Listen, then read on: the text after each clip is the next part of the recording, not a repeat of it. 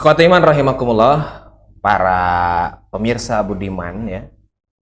Ini masuk lagi kepada pertanyaan seputar zakat. Bagaimana sih tentang amilin dadakan? Nah, begitu ini pertanyaannya.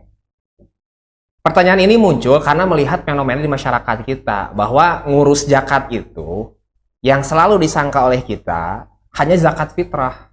Maka kalau berbicara zakat fitrah, saya yakin semua dadakan loh. Nah, maka yang perlu kita pahami pertama, apa amilin itu? Dasarnya kita bisa lihat di surah At-Taubah ayat 60. Allah Subhanahu wa taala berfirman, "A'udzubillahi minasyaitonirrajim. Innamas shadaqatu." Nah, bahwasannya zakat itu bagi siapa? Lil fuqara, untuk fakir, wal masakin, wal amilin, disebutkan di sana. Nah, amilin itu siapa? Amilin itu atau amil merupakan isim fa'il. Jadi dia pelaku ya, petugas. Petugasnya apa? Punya tugas untuk mengambil zakat. Dalam konsep zakat nanti disebutkan tu'khadhu minal aghniyah. Diambil dari orang kaya, orang yang berkecukupan, orang yang mampu, yang wajib zakat. Berarti amilin itu sebetulnya harusnya tugasnya mengambil. Kalau bahasa saya mungkin door to door, harus bisa seperti itu. Bukan hanya diam standby.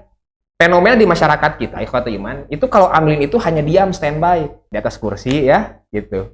Di meja cukup ditulisan penerima zakat infak sodako. Harusnya diambil. Bahkan kalau kita lihat di zaman Nabi, itu Nabi sampai ngirim ke berbagai suku, kabilah, petugas-petugas agar mengambil zakat. Maka seharusnya ini dirubah agar bisa lebih maksimal.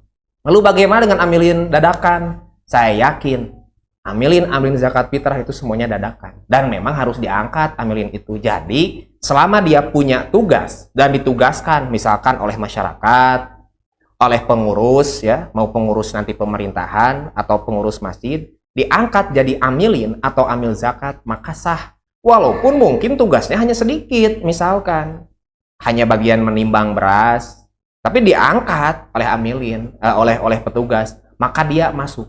Cuma nanti kebijakannya, dia menjadi mustahik atau penerima zakatnya itu nanti, itu kebijakannya nanti ada di, katakanlah sebagai koordinator atau ketuanya. Bagaimana dia mau diberinya nih sebagai ini? Karena tugasnya tidak terlalu repot, tidak terlalu banyak. Itu nanti kebijakannya seperti itu. Cuma ikhwatul iman rahimakumullah, yang perlu diingat kembali, amilin itu bukan hanya standby. Bukan hanya diam, tapi harus tu'khadhu. Dia harus mengambil loh. Agar apa? Agar zakat ini bisa efektif. Barangkali itu. Assalamualaikum warahmatullahi wabarakatuh.